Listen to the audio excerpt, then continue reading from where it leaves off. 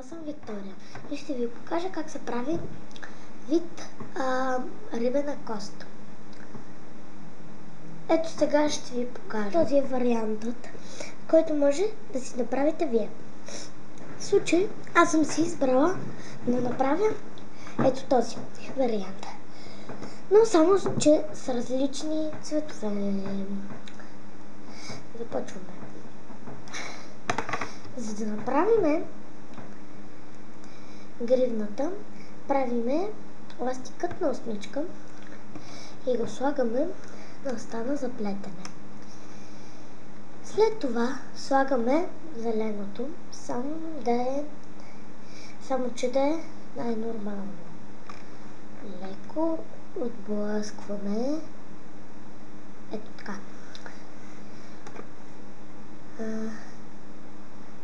И ето така слагаме, само че ето така да е пак лилавия цвет. Взимаме куката и взимаме това, което е най-отдолу и го премятаме върху другите две.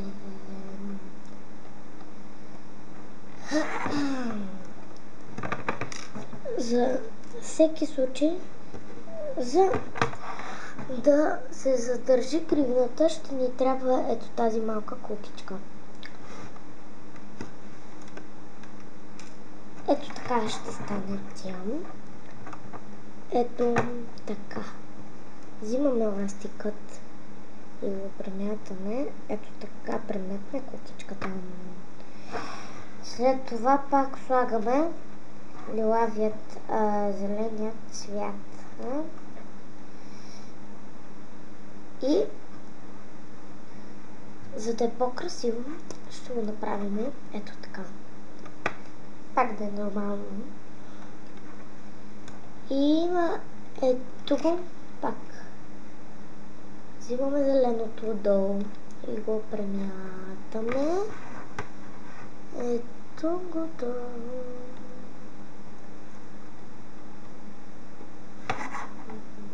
После леко придърпвате, за да се направи хубаво, за да стане хубава гривната.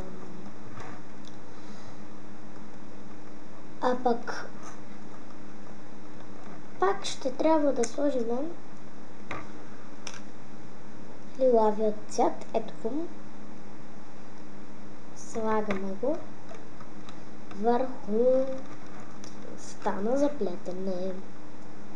И ето така продължавате да плетете с мен. Смело, моряци. Ето така. След това леко придърпваме. За да се получи хубава гривничка. След това пак взимаме малко по-тъмничко зелено. Ето го. И ето го правим така. Взимаме най-отдолу ластикът, от другата страна също. И го придърпваме към себе си, за да стане по-красива гривната. Пак взимаме лилав цвят, ето го. И го слагаме ето така. Ще трябва да се получи ето така. Вижте. Ето така. Това е най-добрият вариант, който мога да ви покажа. Това е вид рибена кост. В случая, сигурно, ако искате, можете да добавите оранжево.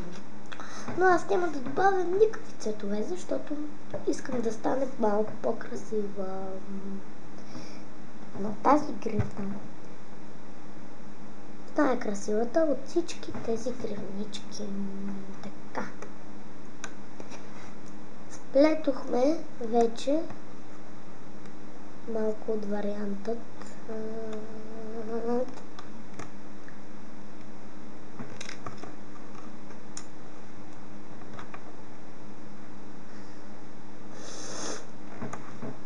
И трябва да е ето така.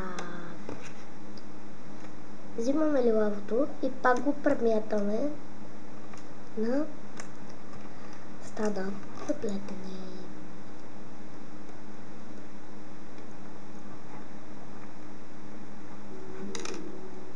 Но, ето така. Пак взимаме, обаче аз се обърках.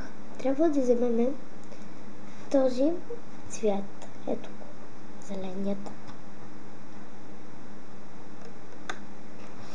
Сложихме го на стана и продължаваме да плетем, докато не стане красива гривната. Или пък можете да си направите вариант, който ще бъде пръстен. Но в следващия епизод аз ще ви покажа как се прави.